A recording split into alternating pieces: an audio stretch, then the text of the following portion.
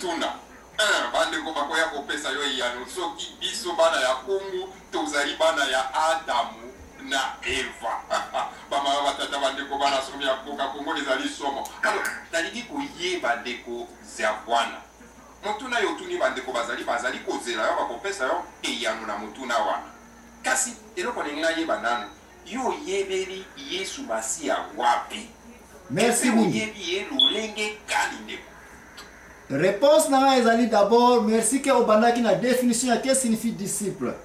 Disciple signifie mwana ya kelasi o azali kolanda azali na école ya maître na ye rabuni na ye.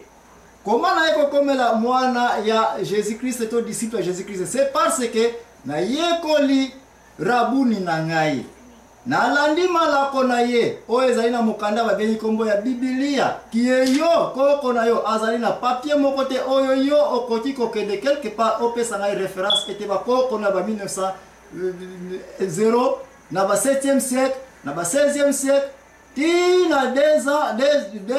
après ni wa encore eso ke azana ta record moko oyo yo ko yiko yebsa ki oye ko libo koko na yo opesa confiance bokoko na yo mengai na mukanda o ya Biblia nazana référence on a landi ligne par ligne banana mukanda ya Genèse tina Apocalypse na yeko monate ya solo Jésus-Christ azali rabuni na ngai c'est parce que okoyiko ke na classe te soki malako eza kotanga mana mikanda te la kisanga mukanda nini oyo elakisinga ete nazali disciple Jésus-Christ Biblia toko fongola yango haleluya matondo mais matondo ndeko za Bwana avana pesa na bande ko mwa mutuna moko ya suka nano na pesa na bande ko bazali ko la ba mope bazali impatient wati ba mope ba ko kana ko répondre parce que na kuki kutika la kaka biso ibalete kasi na ko kana ko yeba mwa mukende ko za Bwana na mwa yoso yo zali koloba yo wana Yesu Masia azali pona mukili mobimba ndengo na utiko yo kayo penda na monoko na yo. Est-ce qu'on peut olobi kotanga Apocalypse ti Genèse ti Apocalypse etc. mukanda wana est-ce qu'on peut kolakisa biso nano ata moi passage moko Yesu alobi ete ngai na ye pona mukili mobimba mais maintenant ndeko za Bwana zwaki palobomboka opesa verset. Merci mingi zwa mukanda ya Genèse chapitre 49 banana 11 tikuna na c place wana na lingi pe koloba boye mingi kati na biso tanto tozali komona comment toyei ko démontrer que nkolo Yesu azali nzambe pona biso nyonso c'est parce que tozali kaka kokenda mukanda ya Nouveau Testament kasi soko ke na Ancien Testament tika na pesa yo un peu moins résumé muke passé batu mingi tambo ke nokotanga verset biblique oyo bokokanga na verset biblique pe bosukeli kaka wana kasi ezali malamu pe batu bokoyeba pona nini likambo ebimi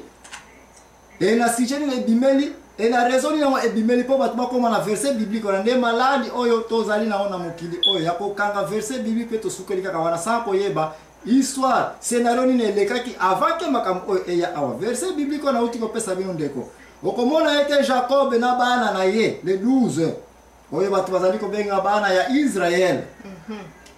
na tangu bana liboso wana babota maka bakena ko bimisa bitumba na ser na bango dina oyo ba violaki na mokili ya Shechem bitumba ekoyaki wana makila etangaki papa na bango Jacob ayaki kokota na makambo na apekisaki lokola ba viole mwana oyo tika kaka biso na bakonzi ya mboka oyo lokola to yokani bopesa la jeune fille na libala epa bakonzi oyo bana oyo baboyaki na bitumba wana basalaki papa na bango asilikaki parce que bakenaki en contre ordre ya papa na bango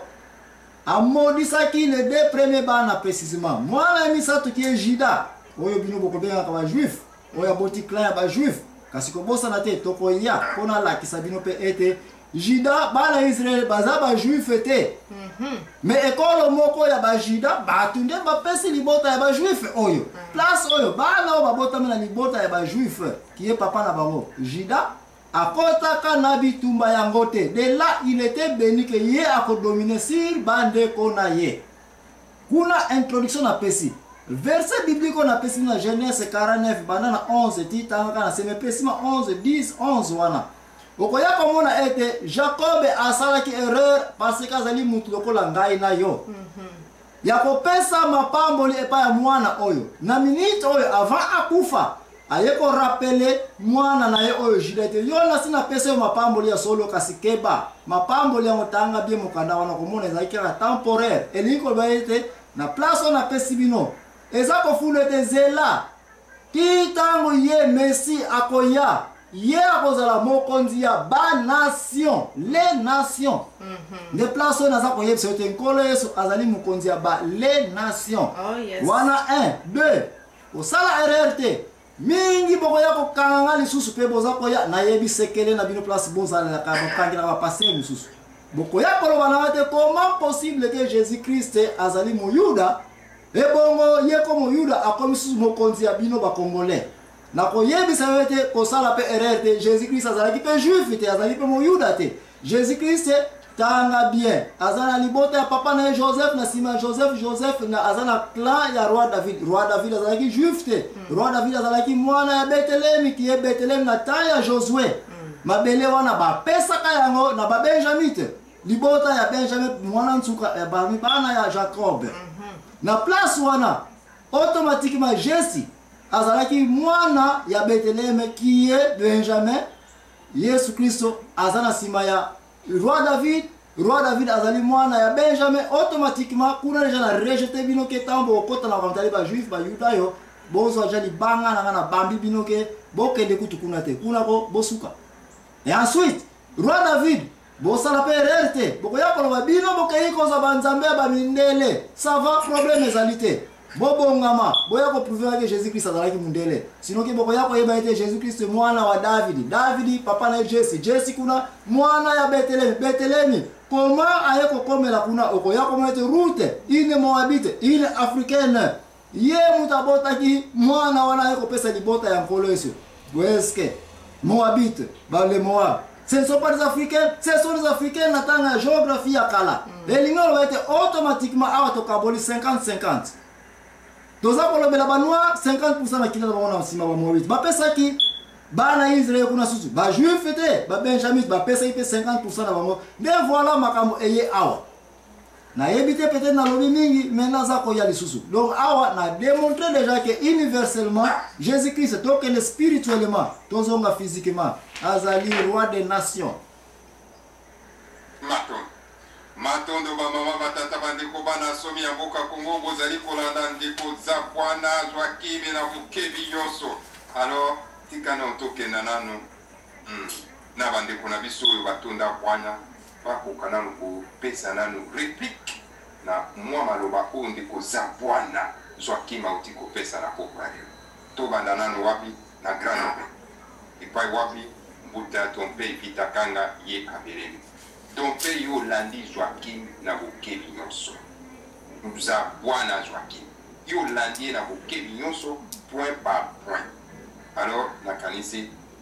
yo zali na ta na mwa yano ya kopesa ye na oyo ya utiko wakela biso na poko ya lelo yo lobi batondo nako banda na kokende malembe na banda na élément ali boso nde bazali koloba ke no il y a une référence ezali mokanda ya bengi Biblia et azali kozango comme si c'était un livre compact ou ebotani et comment il pas moko auteur moko akubi mokanda na etina fuka asukisi. Alors il fallait quand même ça que mokanda on azali kosala référence ezali masanga ya mikanda olo bato bakomaki ya lolenge na lolenge mpe bato mosusu